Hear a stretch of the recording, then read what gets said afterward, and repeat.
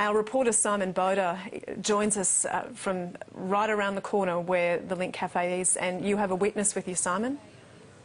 I do, Davina, but what I will tell you before I speak with this witness is that I've now been told that there is one gunman inside the cafe with a handgun, I believe.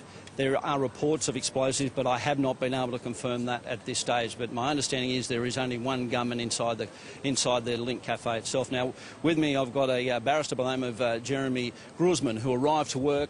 He worked in the floors above the Link Cafe, and he arrived in the middle of all this. Jeremy, just take me through what you saw. I was getting ready for a conference this morning, and I thought I'd grab a cup of coffee. So I heard the police sirens, but thought nothing of it. Came down in the lift, and when I got into the foyer, the right-hand side is where the cafe is, and there were people sort of standing in the doorway.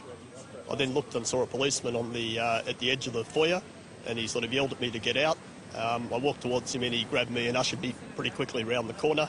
And by that time, they'd set up a bit of a cordon around the building, but there was still a lot of people working up in the building who wouldn't have got out at that time. Who is in the building? What sort of people? What sort of officers are they? Probably not barristers. Not general officers, but probably 150 barristers maybe in there, that sort of number. And they could still be in there? As far as I'm aware, they are, yeah. Is there any sort of escape route? Is there any back way out of the place for them? There's a fire exit that you could get out of if you knew how to get out, but I don't know whether the police have sealed that off now. I don't know. So did you actually see any activity inside the cafe when you tried to get in? No, I didn't see anything, but I heard some witnesses say that they went to go in and saw a man with a sawed-off shotgun. And that's all I know. And then they started broadcasting the images of the customers with the flags up on the window. So I guess something like this happening in the heart of the city really changes, I guess, the way we look at all, doesn't it? Well, I think so. In my life, you can't obviously remember anything that's been as dramatic as this happening in the city, I don't think. Thank you very much, Jeremy. Right, thank you.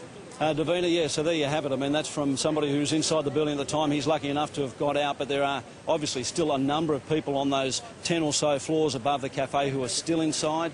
I understand the negotiations are still attempting to be made to speak with the man inside. But as I said to you at the very beginning of this report, my information is that there is a lone gunman in there.